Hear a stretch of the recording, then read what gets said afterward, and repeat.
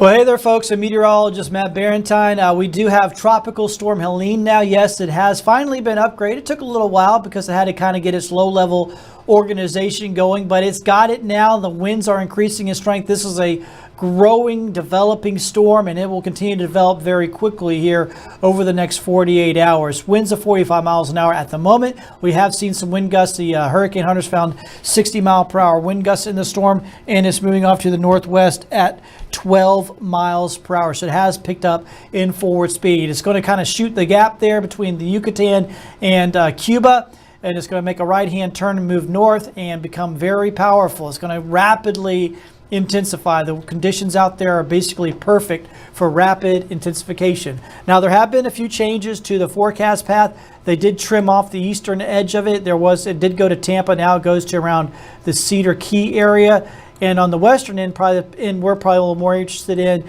it ends just around Inlet Beach, Panama City area. And so it doesn't go into our viewing area, but it comes pretty close, obviously. That said, all the models have been pretty much stacked in the same spot, which is Apalachee Bay, the northeastern corner of the Gulf of Mexico. I'm going to run through several models right now. First off, the European model, as it hits the Gulf of Mexico, that it's going to rapidly intensify. When we think of rapid intensification, we think of obviously the wind speeds ramping up. But this is going to do a couple other things too. It's going to grow in size. It's going to become a monster of a storm, very large. And it's going to pick up a ton of moisture. This is going to become a big-time rainmaker as well. And usually with storms that move fairly quickly like this one is going to be, we don't worry too much about the rain, but this one's going to dump a lot of rain. Here's the European model. Once again, landfall right there in Apalachee Bay, south of Tallahassee in the wee hours of the morning on Friday. Now the GFS American model, it's almost a carbon copy. That's why I'm so confident, because all these models are showing pretty much the same thing. Rapid intensification here over the southern Gulf. Lots of rain, grows large in size, and then it heads for a landfall late on Thursday. This time a little more over to the east, Cedar Key. So this one's got about 50 miles to the east, but obviously that's not a big spread. And then this is the Futurecast graph model. This is our IBM graph model. And this one is a little bit more high resolution, so it looks a little different. But it shows a rapidly intensifying hurricane over the southern Gulf, and then heads for a landfall late on Thursday somewhere in Apalachee Bay. So the same forecast. And the other thing is, since this is so large, we'll actually get some rain bands in our area. Adalia last year, we didn't get any rain out of, but this one I think we will, because it will be so large in size. It's also going to be an absolute monster when it comes to the winds. This is not a good-looking forecast here. Good-looking model. Look at that. That is a very powerful storm. Category 3. Category 3 at minimum, but probably looking at a 4, maybe even a 5 here. I mean, that is just nasty. Doesn't mean necessarily that it's going to get this strong.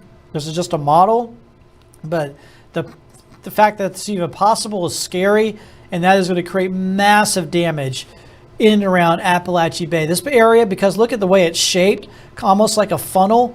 The water that comes up on the right-hand side of this storm is going to have nowhere to go but up. And just like last year, Adalia created record storm surge in this area. Cedar Key had just under 10 feet of surge, had 9.8 feet, I believe it was.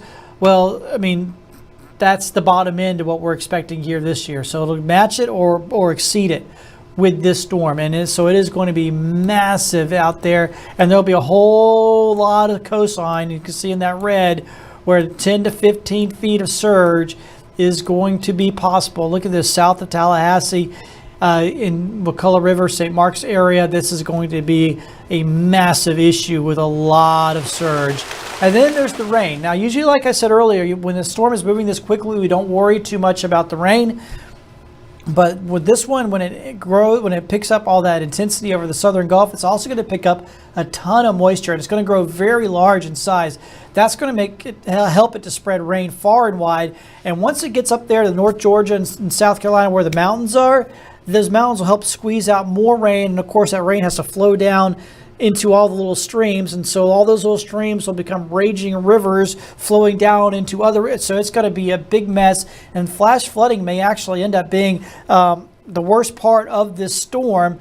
And, you know, a lot of folks don't even think about that. So there could be a lot of folks in and around Atlanta, Chattanooga, up in those areas that just aren't considering this, and they could be dealing with massive problems, particularly during the day on Friday. That's when most of that rain will fall across that region. It is going to be very, very nasty, and it could cause major problems. And if you're planning on traveling to Atlanta this weekend, check up there before you go, because like I said, Friday they may be seeing massive issues up that way with that rain. So that's what it looks like for us today. Today for us is quiet. We look good. Temperatures will be in the 90s. It'll be hot. Our beach forecast today looks good, but obviously it's going to go downhill. By Thursday, we'll have 6 to 8 foot waves, so we need to keep people out of the water. All right, let's get up that long range forecast. So since this thing will be so large, we are keeping rain chances in Wednesday and Thursday. Now, it won't rain all day long Thursday, but we'll get some rain bands traveling through here because, once again, the storm is so large.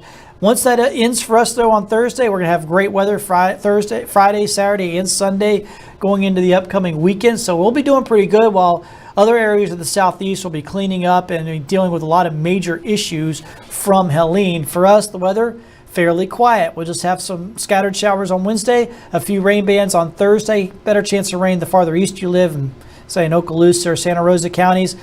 Mobile, we won't get much. You know, in other areas west to 65, we won't get much. So depends on where you're at, whether or not you get some decent rain on Thursday. So that's what it looks like. Once again, be thinking about our folks off to the east of us. They'll be dealing with a very nasty system here in the coming days.